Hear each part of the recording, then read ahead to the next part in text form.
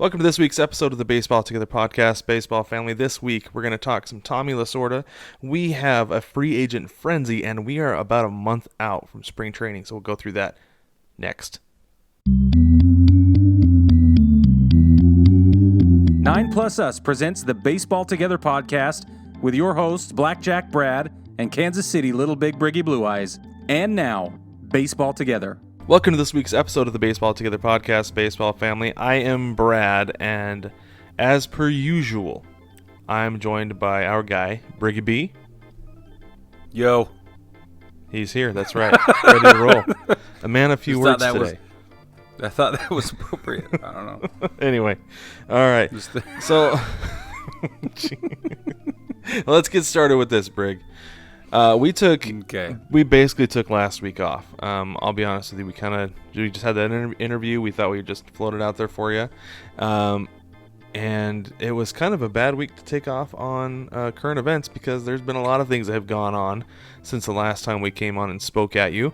One of those things was that Tommy Lasorda passed away. I mean, Dodger legend. If you did not grow up watching Tommy Lasorda manage the Dodgers, then you're too young, to be honest with you. Yeah, right. That's the only thing that... Yes. Or way too old. I don't know which is which. But, I mean, there's opposite ends of the spectrum that are very, very slim these days. But anyways, Tommy Lasorda is a legend. Brig has on the notes here, he walks into the cornfield. And I think that's a perfect way to describe it because that is exactly what he has done. He's in the cornfield. You're right. Yep, and we're excited for him. I mean, it's sad to see him go, but it was... I mean, a storied career, 21 years of managing in Los Angeles the whole time. Yeah. The whole time. That never happens. He won. No, it never happens. He was manager of the year twice, first in 83, then in 88, and he finished in the top 5 voting, I think, 6 seasons total? He managed 4 All-Star teams as well, and he is a World Series winner 2 times over. With 4 pennants in that time. There you go. Well, and some of the best, and one of the best videos, or clips that I love watching. It's kind of like the Dickie V, not Dickie V, Jimmy V. College basketball clip of the guy. If you don't know who it is, it's Jim Valvano when NC State won the national championship. Him running around the court looking for somebody to hug. There is a clip that I feel like is pretty similar to that, and I believe it's after the Gibson home run in the 88 World Series, right? That he's running out on the field, and he's looking like he's looking for somebody to hug, but instead he's just sprinting. This portly old man sprinting out of the dugout. Yeah, that's right. That's right. That's one of my favorite Lasorda clips. One of my favorite clips, period, but definitely one of my favorite Lasorda clips. So he was 93 when he passed away, and it was January 7th officially of this year. But what I think goes unsaid often was his just abysmal playing career. So we just have to roast him for just a minute. He was a pitcher. He played in 54, 55, and 56. He played with Brooklyn the first 2 seasons, and then he was with Kansas City for that final season, and the Kansas City Athletics when they were the Athletics. Brad, riddle me this. What was his combined ERA? Over those 3 seasons?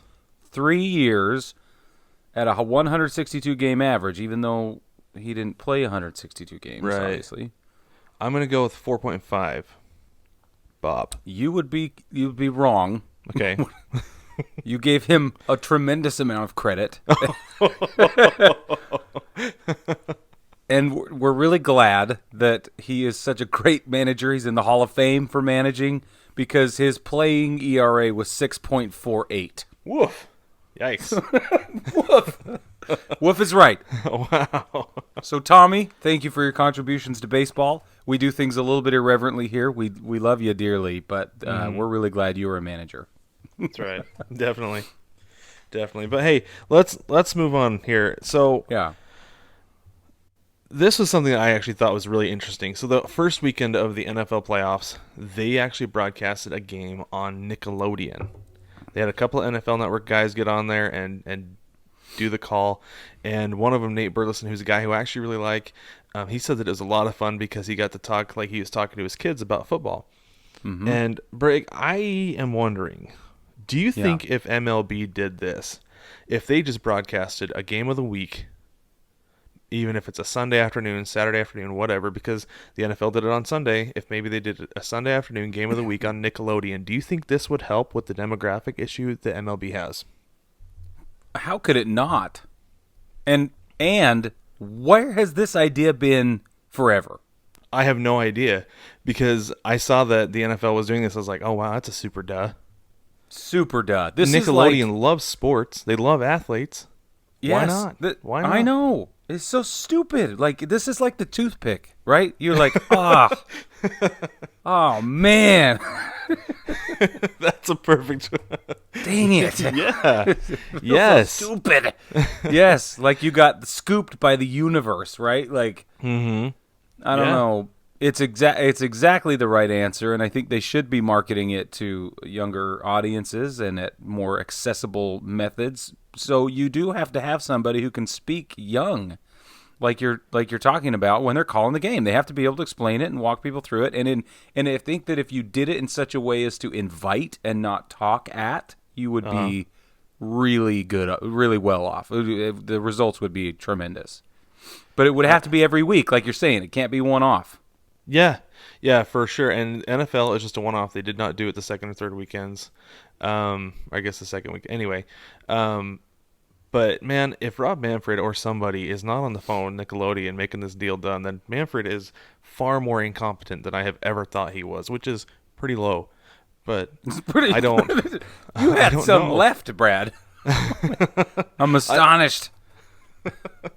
You know, there is a little bit there, but if he's not making this deal or having somebody in his office make this deal, I mean, Theo Epstein's in his office now working for him. That's right. This feels like something that Epstein would reach out and do because I mean, in the words of Dr. Evil, he is hip, he is with it.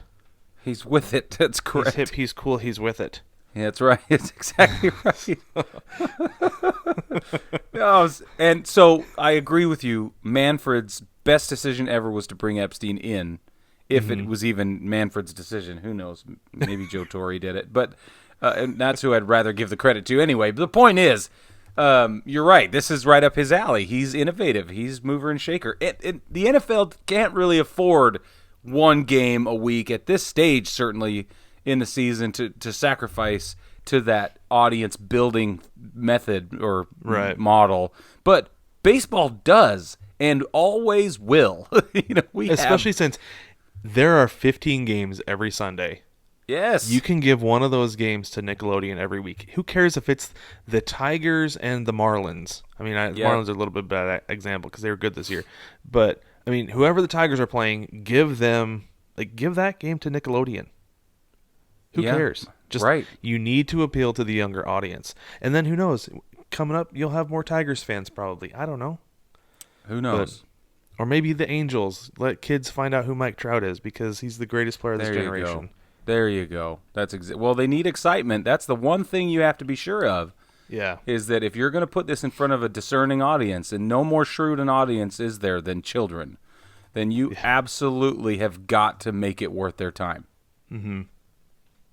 Absolutely. Have you tried to get a 6-year-old or an 8-year-old to sit in front of anything for that long? Yes. It doesn't work. It's very hard. We need to acknowledge the difficulty in the task, but there's lots of things you can do. I mean, cigarettes did it for a really long time. Baseball's got a chance. You would think, but cigarettes were shooting for 30 seconds at a time. That's true. But that's true. But no, I think the MLB, they have to make this happen. They've got to make it work. They've got to figure it out because that's like, there's no reason not to. Like you said, it's like the toothpick. Duh. Hello. Yeah. Jeez. So, anyway, let's move on. So I saw tonight before we were coming on that Dustin Pedroia is actually not going to be attempting a comeback to MLB. We talked last year about if he comes. Because, what was it? He wasn't going to be ready to go at the start of the season last year, so we're kind of like, is this going to be it for him? But he said he wanted to come back, but now this year it's looking like he's saying that he's not going to.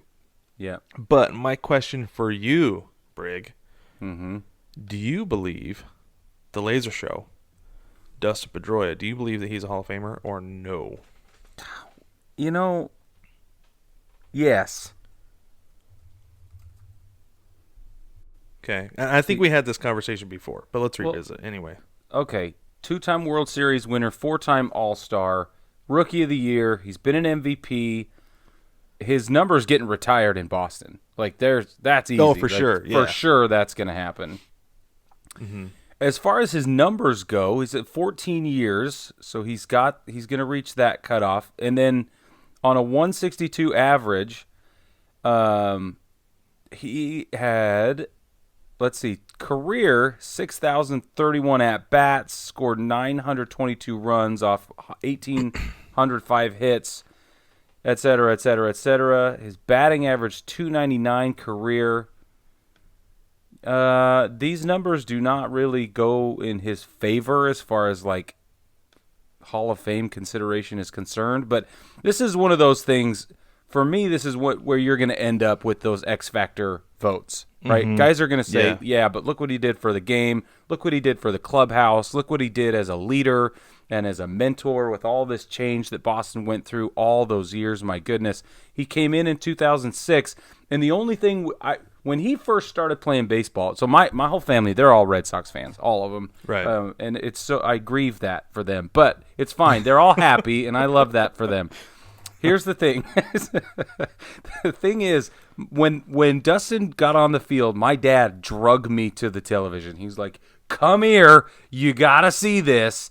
And the dude, with all of that power and that just raw, just tenacious energy was infectious, man. And it was for the whole time through 2017 before he got hurt, right? It was exactly... Yeah. He came to play every day. He gave it everything he had, and you just can't beat it, man. You can't. So I always look at Dustin Pedroia as one of those guys who had what I call, as of this moment, hustletude. Right, hustletude. Where he's not the best player on the field. He's obviously not the biggest. He's pretty small, relatively speaking. Sure. But nobody's going to out-hustle him. Nobody's going to outwork him because he knows what he had to do to get there. Yeah. And, one of my wife's favorite players was David Eckstein because he was on the Angels World Series winning team. Yeah. And part of it was because he was a little guy. He wasn't very big, but he just and he had that hustletude, but he was not nearly as good as Dustin Pedroia, as evidenced by his short career. Sure. But, yes. There's those guys who have that quality. He has it with a certain level of talent because he had an incredible 8-year run. He was in the big leagues for 14 years. Yeah, 14. But really, it was 8 years where he was at his peak, and he was incredible. He was very, very good. And I think that 8 years, it's gonna. I think if you were looking at his numbers by themselves, it would be close. But because, like I said, hustletude, and you said X Factor, I think that's what's gonna get him in. Yeah, I agree. Now his career WAR, I'm looking at it. His career WAR is at a 51.6. That puts him down in the Andrew Jones realm as far as career WAR is concerned. In the 60s, let me just check. 51. Okay, Andrew Jones has a lot more WAR than that by 10 points, but just trying to find some of these see if there's any big names down there in the 51 range. But anyway, so far, no, actually. And part of that is because those guys had longer careers. They had more of a chance to build up that WAR. Yeah, you're right. Kirby Puckett. There's Kirby Puckett. Well, there you go. 51.1. I just needed, you know what I mean? I just wanted to see if we could justify it on that basis, and there you go. Kirby Puckett. There's Mark Teixeira. There's Mark Teixeira's name.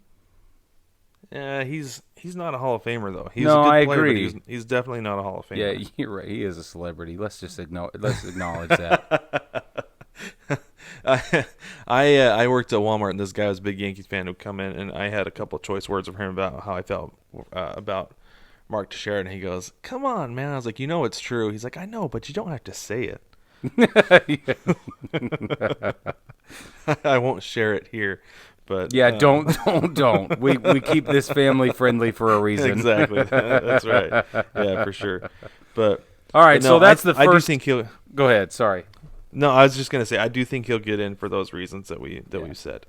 That if it came down to numbers alone, no. But he's got other things working in his favor. Can I say one last thing about this? Please do. We know this thing gets political, right?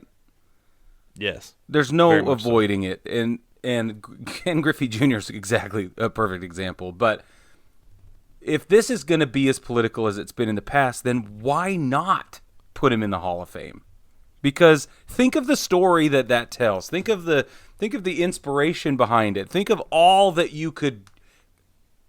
Let me back up. Think of all that Rob Manfred and baseball could get out of this if he gets elected into the Hall of Fame. Do you see what I'm saying? Like, like, why not? And that's not the only reason you're doing it, but it's a nice little cherry on top of that. Yeah, it is. And, Ken Griffey Jr., they were asking him why baseball is the best sport. And one of the things he said was, he's like, you can be the smallest kid on the block and still be the best player of baseball. He's like, you're not going to be the smallest kid on the block and be the best player of basketball. Right. You're not going to be the smallest and slowest kid on the block and be the best kid in football.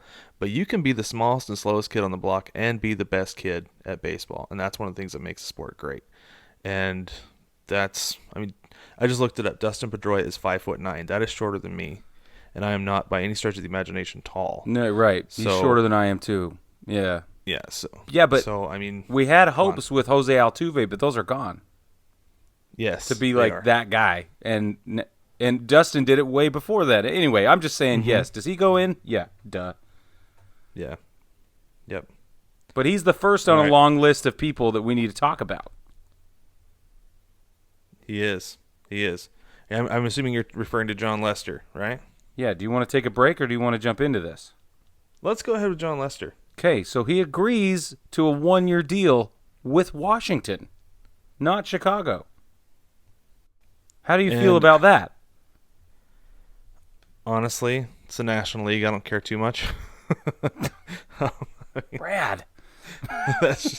It's fine. Like, I feel like I should slap your wrist. Well, it's like, here's the thing is, maybe Washington has a plan. Sure. Okay? Sure. Maybe they pitched him on a plan. We both read The Cubs' Way, and the way that they got him to Chicago was based on a plan. That's right. So and if it worked. Washington pitched him on a plan, it worked. Yeah. And if Washington pitched him on a plan, a way that they can see themselves getting back to the World Series, that could have been it. And you know what? That pitching staff just got so much better. Yeah. You've still got Scherzer. You still got Strasburg. And now you've got Lester. Yeah. That's trouble. It's trouble. That's trouble for the NL East. So here's my thought. That pitching staff just got better for the next 3 years. Depending on how those trades happen. Because Jon Lester, yeah, he signed a 1-year deal, but his influence is going to linger. You know what I mean? Yes. Yeah. He's going to bring in some teaching, and it's going to be awesome. So, yeah. I think that it's an interesting situation. But you know what he's going to do, Brig? What's he going to do? You know what he's going to do? Tell me.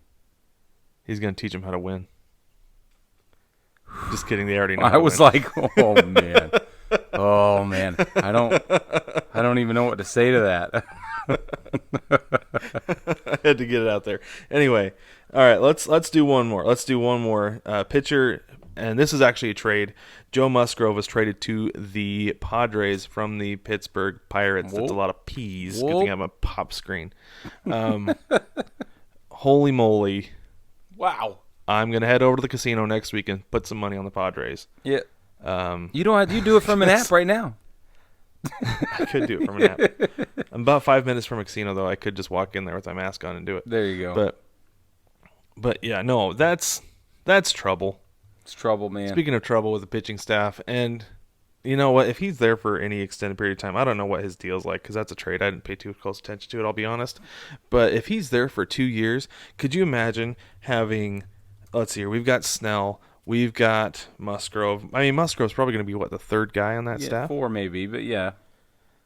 Yeah, and then if you get Clevenger back, like, oh my gosh. Dude.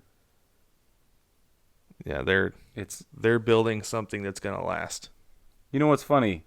Before we take a break, I'm just gonna have to call you out. Like, listen to how excited you are about this. And it's the There you National go. Eat it, Brad. Just How about West Coast bias? no. Yeah. Just kidding. Yeah, all right, let's go ahead and take a break so Brig can recover. When we get back, we're going to talk about some more free agent signings and get into some stuff about the season. Take me out to the ball game.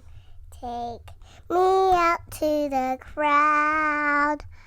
Buy me some peanuts and Cracker Jacks.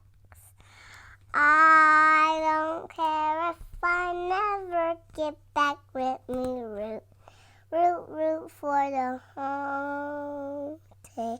If they don't win, it's a shame.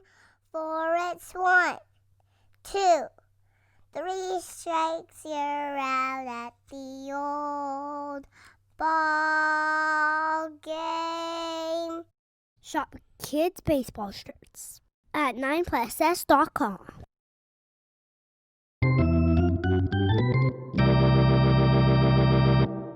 Welcome back, baseball family. And before we jump into more of our free agent frenzy, we get a lot of questions about what we're drinking.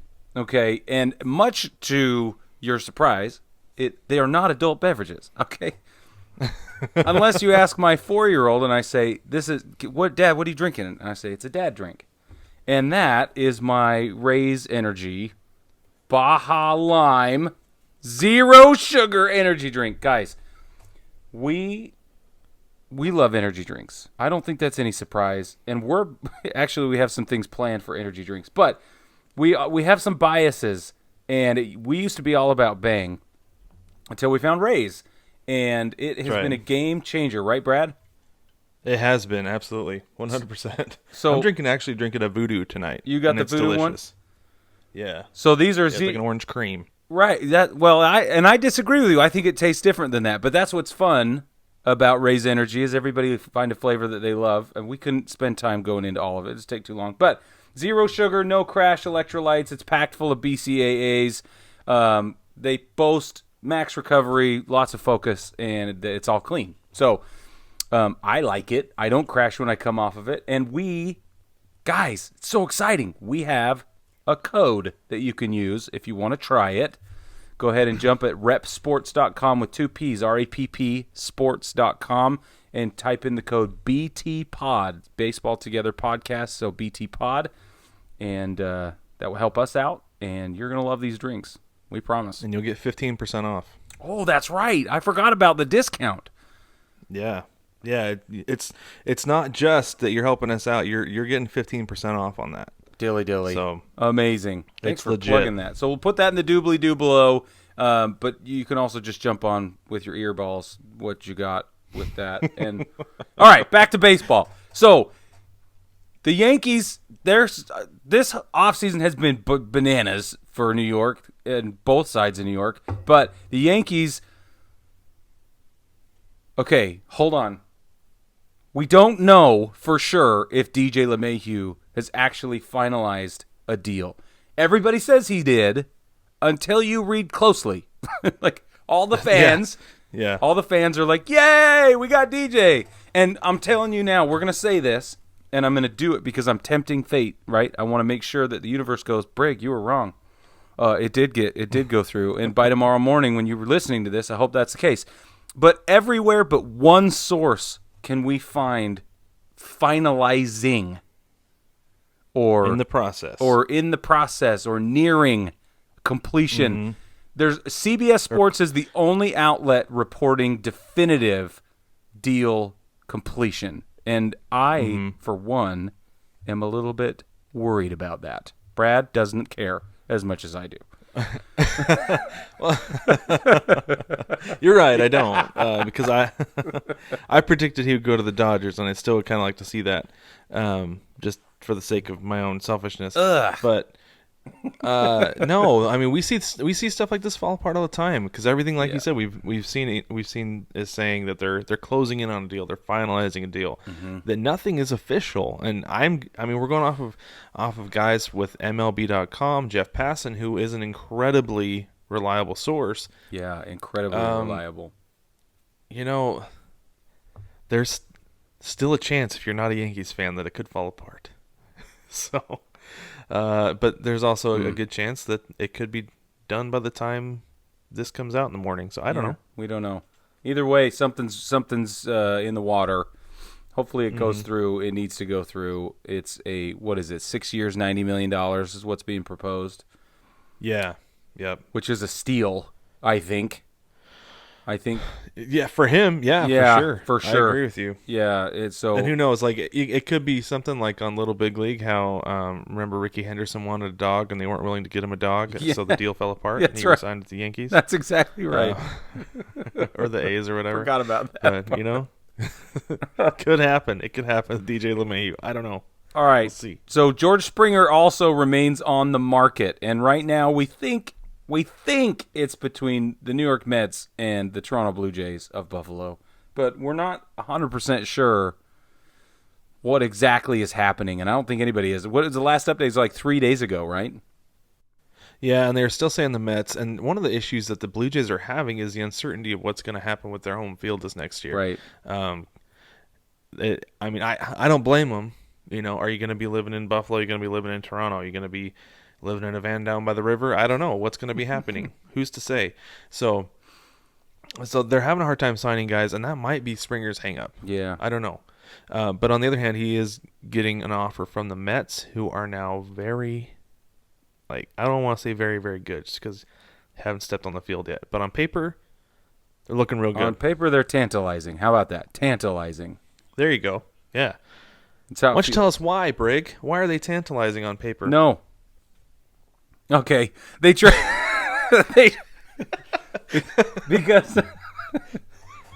I can't help myself, Brad. No, they traded for Francisco Lindor and Carlos Carrasco, and that is why on paper they have become very sizzling. Yeah, and you still got Polar Bear Pete Alonso over there at first base. You got his bat. You got a little bit more protection for him in the lineup. Yep. Yeah, that could be trouble. Yeah. I mean, like I said, they haven't stepped on the field yet, and they're the Mets. They have a tendency to met the bed, so we'll see what happens there. I don't know. Yeah, but they got a new head shed. They did. Who knows? Yeah, there could be a top-down culture change in that organization. We could end up one day reading the Mets way. I'm just saying. We could. You know what I mean? Like that. I could see that happen. We could end up doing the Fryer way. I don't know. We could. Anyway, There's a lot going on. There are big, big changes. Who knows? And this is one of them. So the Brew Crew signed Josh Hader to a 1-year deal. That's exciting for Josh Hader. And this is the thing, is that I think, especially for him with the year that he had this last year, and everything is a little bit weird with the 2020 season. Sure. I understand that, but he was not great. No. He was not very good in 2020. And especially with a closer, when they have a season like that, you gotta proceed with caution. I feel like, because closers, for some reason, they have a shelf life with one team, right? Mm-hmm. And then they kind of fall off that cliff. They go somewhere else, and they go back up to kind of where they were. Who am I thinking of? Who was the guy who shot the arrow? Why can't I think of his name off the top of my head? Who shot the arrow? Yeah, it was a closer. Yeah, every time he would after he would get a save, he would shoot the arrow. I can't think of his name either. I'll think of it. But anyways, I feel like the perfect example of that, because he's a dude who bounced around 10 times in 11 seasons, because he would have a great year and then he'd be terrible. Yeah. So they'd trade him or cut him or whatever, and then he'd go have a really good season with another team. That's driving me crazy. Why don't you filibuster for a minute, Brig, while I look up who that was? That's going to drive me insane. Listen, baseball family, I have some things I've been really excited to get off my chest, and I feel like this is the perfect opportunity. So You know what they say about sunflower seeds? They are salty and roasty and delicious, and we love them. So get out there and find yourself a bag of Big's sea salt and black pepper sunflower seeds.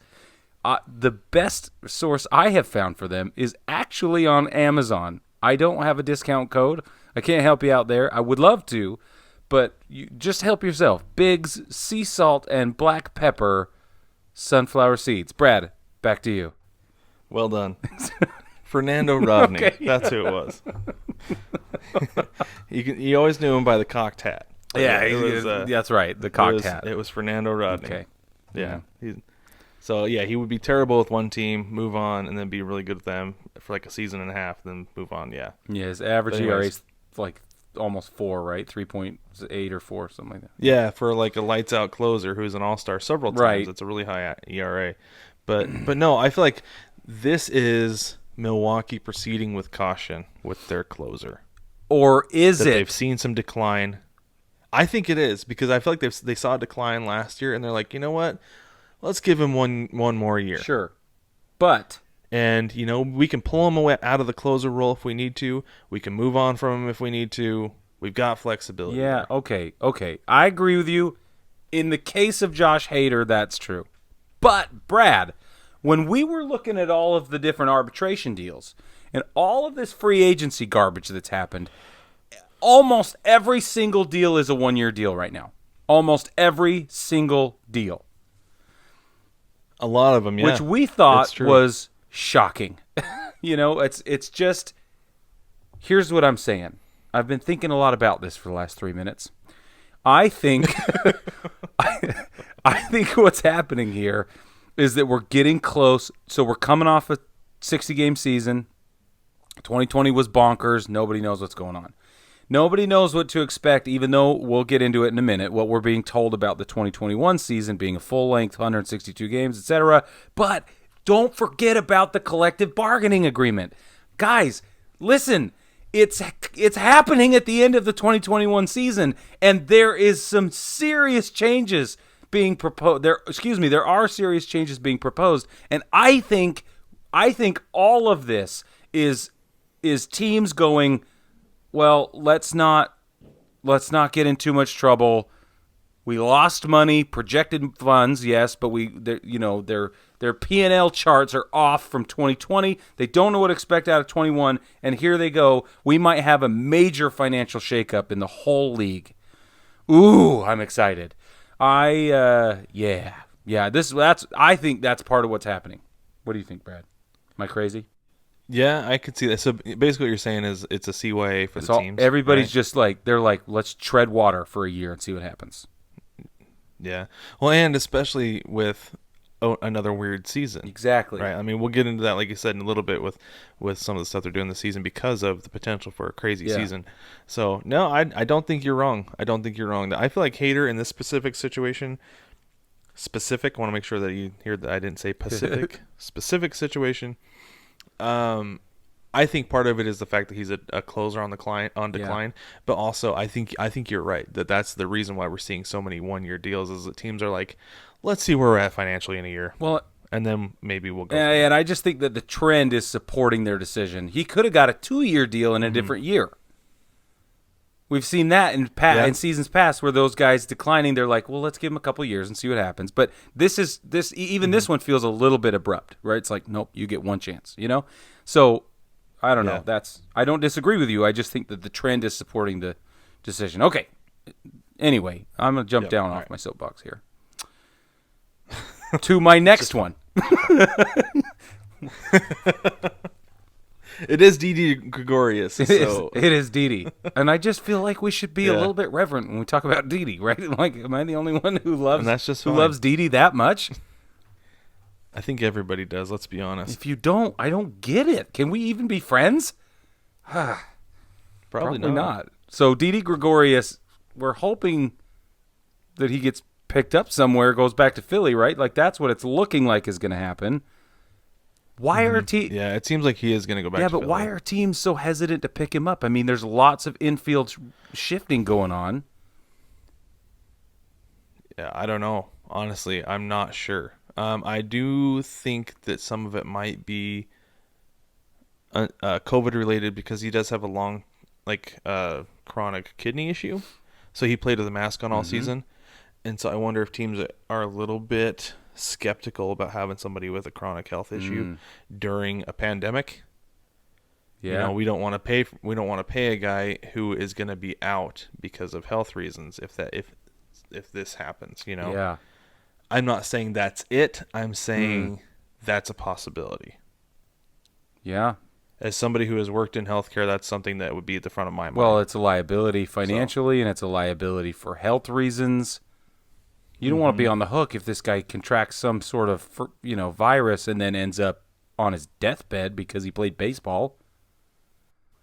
Right. Well, and not only that, but that's a hole in your roster. I mean, if you're if you're strictly thinking of X's and O's, I mean that's a hole in your roster. That's a big gaping hole. Yeah. If you're missing out on Didi Gregorius, if you were counting on having him all season, and then all of a sudden he's gone for 150 games, ooh, that would be ugly. You know, but it could really it would be any uglier than this Philadelphia team has been this last season?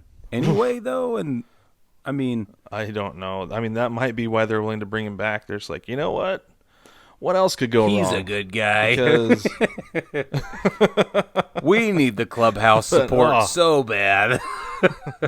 I always think of when I think of this Philadelphia team, I think of the Angels in the outfield, right? When Danny Glover's character comes in and the catcher's got like 8 hot dogs in his hands and they're all smoking and joking and Danny Glover comes in and he tips over the buffet table and he starts screaming and throwing everything. Like, that's how I imagine Philadelphia right now. I don't that's just what it feels like.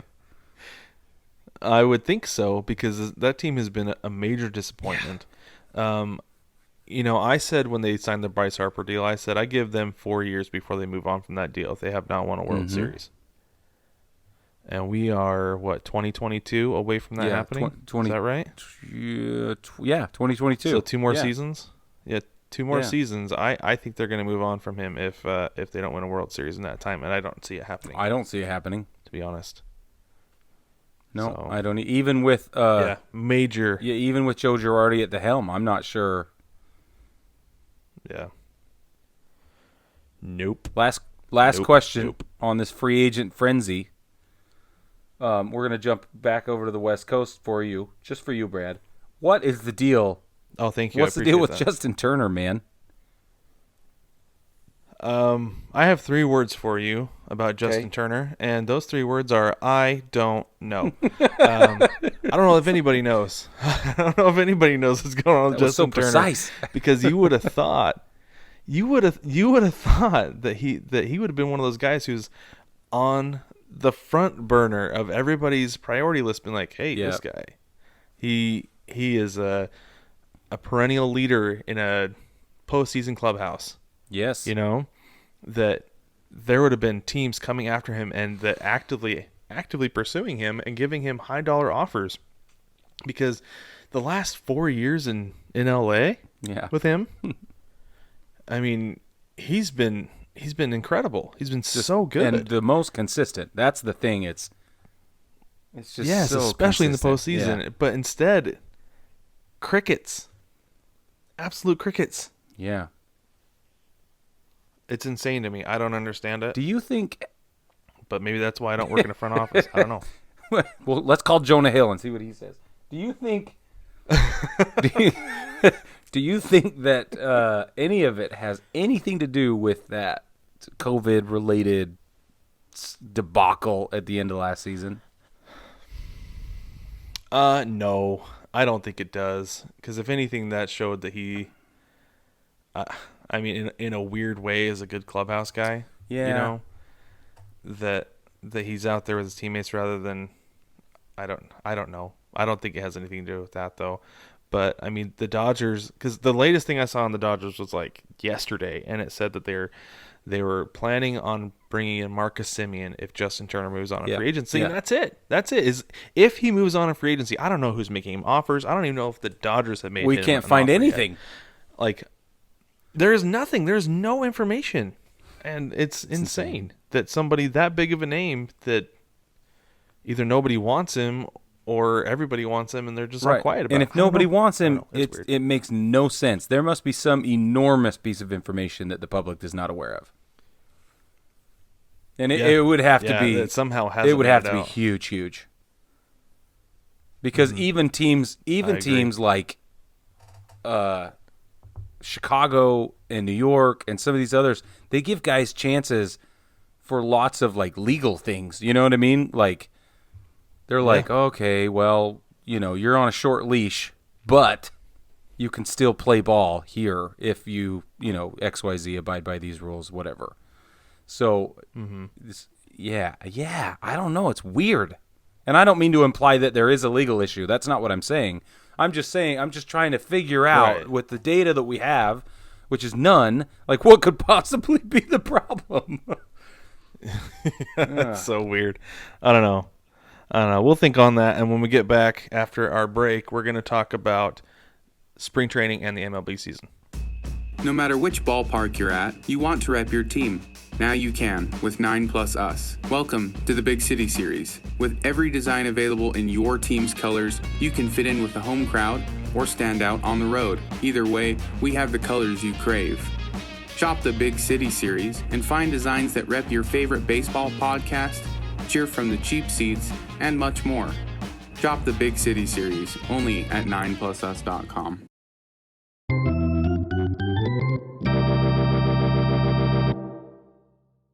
Welcome back from that short break, baseball family. So we have for you some pretty good news, I would say.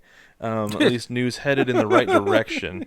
Something like that. We have some pretty good news. Sorry. Well, how about this?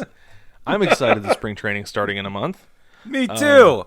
That's encouraging. It's going to start on time. It will be good. The only problem is that so fans can go to the games. That's what they're saying right now. Fans will be able to attend the games, but you cannot attend workouts, which is like the bonus that you get by going to spring training, right? Yeah.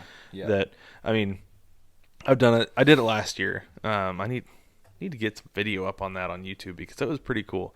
But yeah, you get to go, you walk around, and you stop the players as they're going from field to field, whatever. Wilson got a bunch of autographs. But there won't be any of that this year. It's just strictly a game day experience. But it's going to be like a lunchtime game day experience because they play in the afternoon every day. Yep. So we've got that. MLB says there are no plans to take temperatures or get proof of vaccine or on-site testing. So they're not going to make a sweeping declaration that that's going to be a thing that has to happen. They're leaving it up to the teams. And to be honest with you, something that I've learned in the last year is that most of these facilities are actually owned by the city. So the city could quite possibly step in and make that declaration. Yeah, of course. Saying that like we're requiring on-site testing for anybody who comes in. That might not be up to the teams. That could very well be up to the city. So yeah, that's a good point. So we'll see what happens there. That being said, Brig, would you make it a point to go to a spring training game if that was the situation? Yep. In Me too. I mean, in fact, I have friends in Sarasota Springs, Florida, and they've been just really chomping to get me down there. And I'm thinking, like, this is good. I might as well do that. Yeah, that's a perfect time to do it.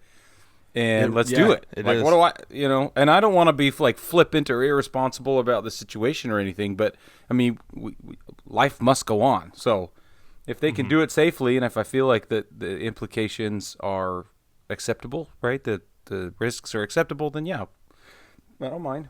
I don't mind going. I've never been to spring training. It's on my bucket list. Yeah.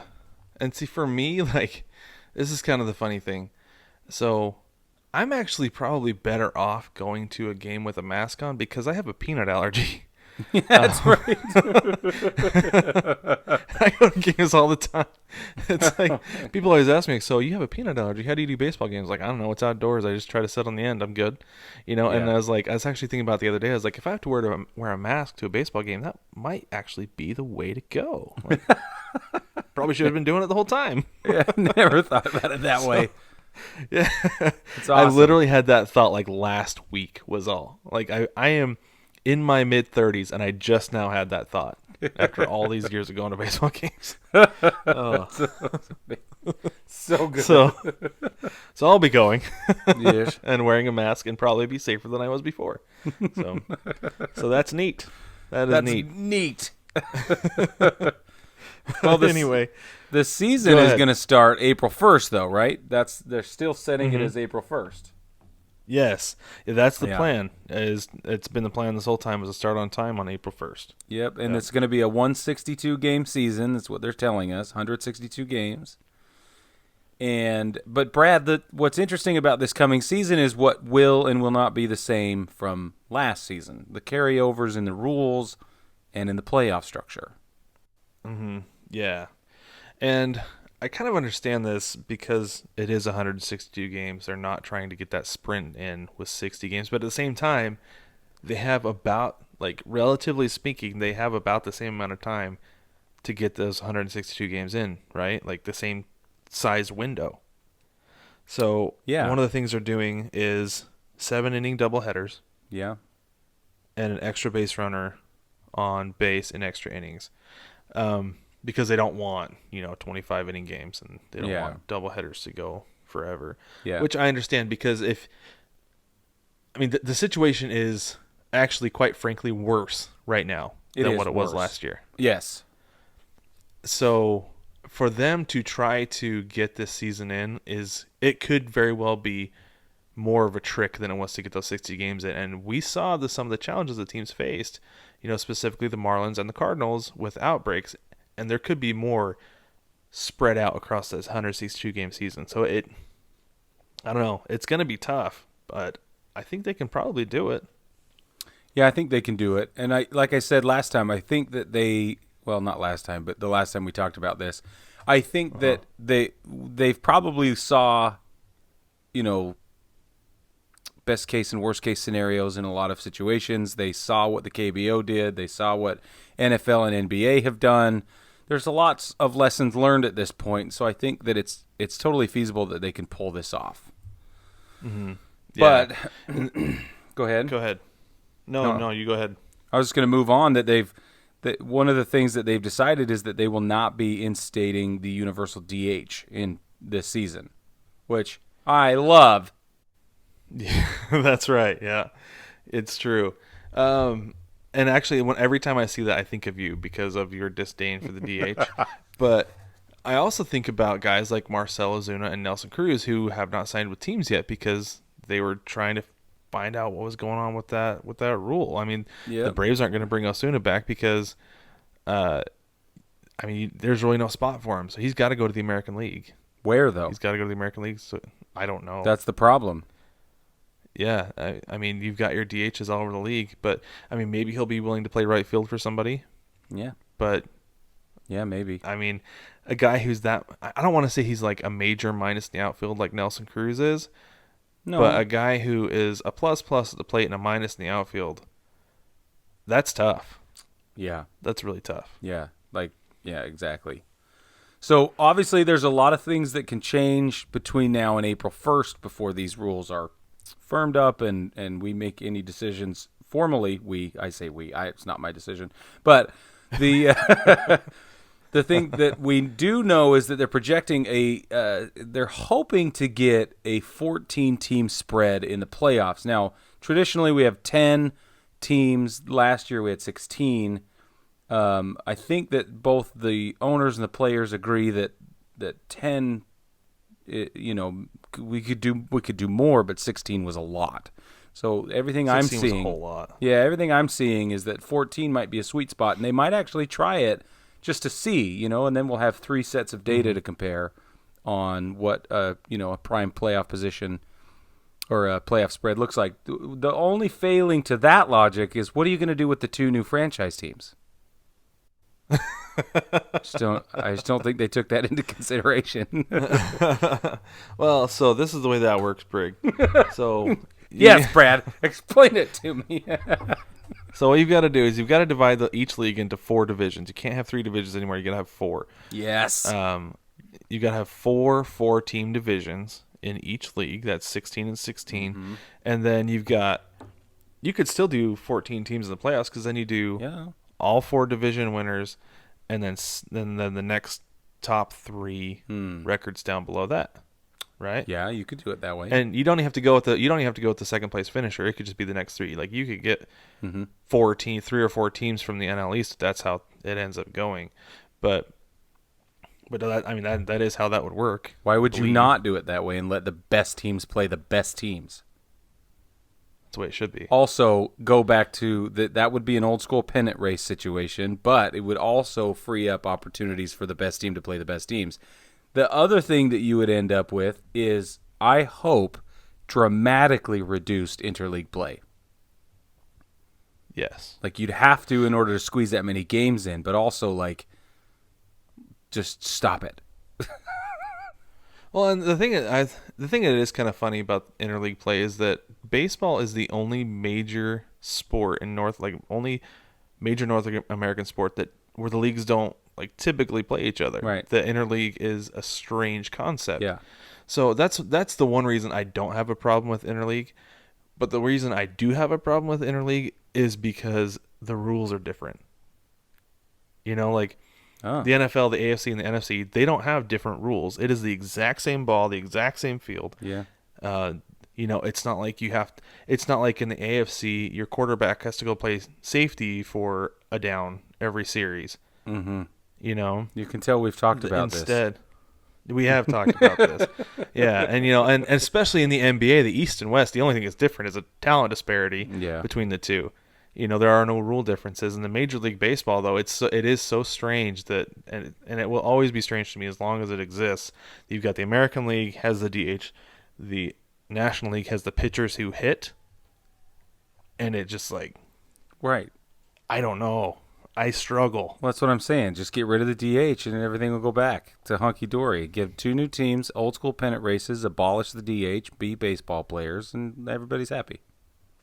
So if you get rid of the DH, do you just have regular interleague play and not make it so that it's a novelty, but instead make it a regular part of the schedule? Or do you just eliminate interleague play altogether? No, I want it to only be a novelty if it's going to be. And I think that that's for broadcast reasons and marketability and, unifying baseball fans across the country and all that's great. But I want to see the World Series be really everything it used to be before interleague play, right? Where these teams never seen each other, ever.